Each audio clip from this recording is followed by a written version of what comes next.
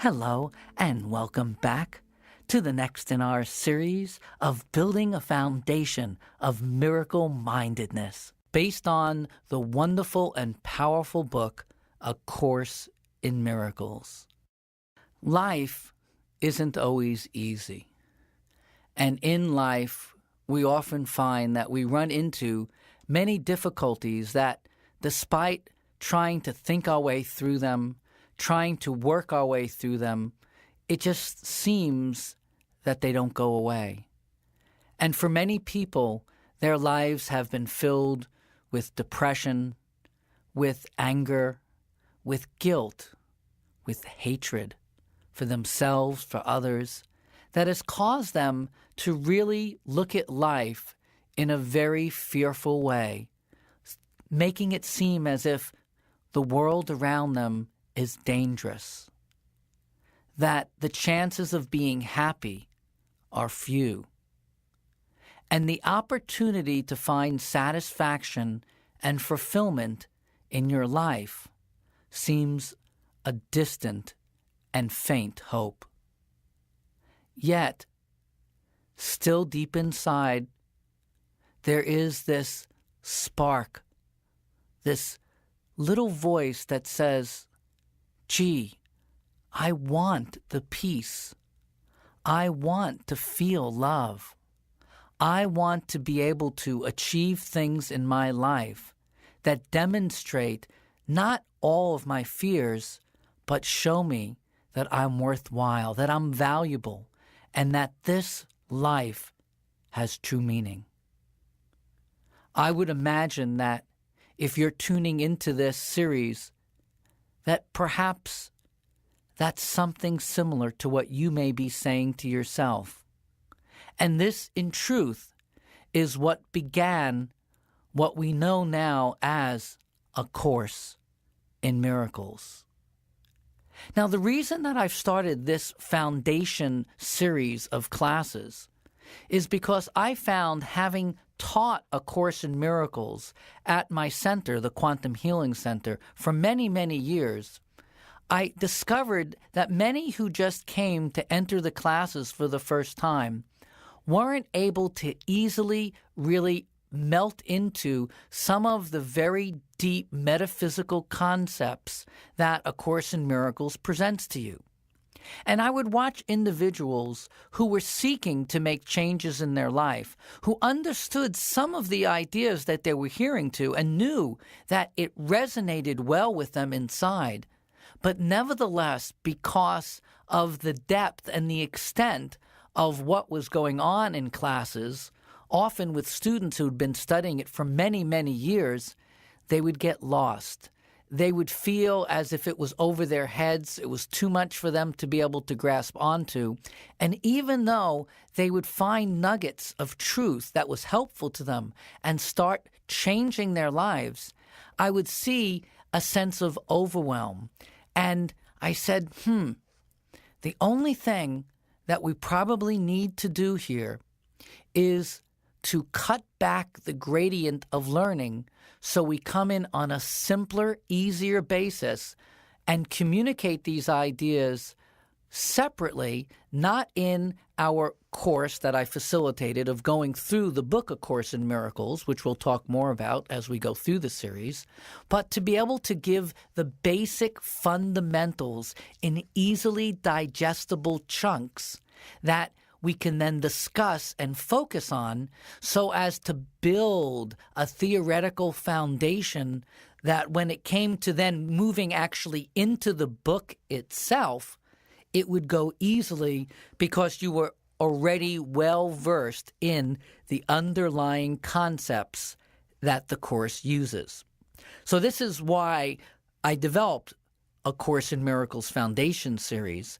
And as you're listening to it, you'll see that I'm going to use the easiest language that I can that you should be able to relate to. But let me tell you this. There may be some concepts here that I tell you that you find quite extraordinary. You may resist some of them to a great degree because, as the Course tells us, our entire thinking is upside down. And we look at the world from such an upside down perspective, we want to see everything that then supports this belief. And anything that in any sense challenges that and says, no, we've got to turn your whole thinking all the way around, the idea that we've invested our life in all of this training, education, and learning processes, therapeutic processes, can at times feel a little bit uncomfortable because it means stepping outside the box from that comfort zone that we've all built for ourselves. And so, if you think of it this way, if I only say things that you already know, if I only communicate and attempt to educate you on that what you already believe, there'll be no growth. There'll be no transformation. And let's face it, in life, if the way you're doing things right now are not producing the results that you really want, in other words, if you're finding that you're not having joyful and happy relationships with others, but you're constantly in conflict, if you're not having a good relationship with yourself and you're feeling depression, anxiety, anger, or any of these aspects of low self-esteem, we have to recognize, don't we, that unless we change the way we believe and change the way that we carry on our life, we can't expect change to happen, and we'll just be repeating the same old things over and over again, hoping for a different outcome. In fact, if you think about it, that's the definition of insanity. Doing the same thing over and over again and expecting a different result. And even though you might do it louder, stronger, or even get people to help you do it along, when you are operating on a certain set belief system and doing various actions that emanate from that belief system, you're just going to keep getting the same results in many different forms. So the form of the results may change, but the outcome will always be the same in the content that you experience. And the Course in Miracles makes a great distinction between form and content. In other words, what we see versus what's on the inside are two different things. A great example is, very often, we will look around and we'll see these beautiful, gorgeous models that are based on the beliefs that our society likes to generate. You know, they have these perfect bodies. They're slim, they're beautiful, and boy, women all over just want those bodies. Just like the same thing with men who have all of those muscles and we see them all strong. That's the outward structure, the form. But the real question is, are they happy on the inside?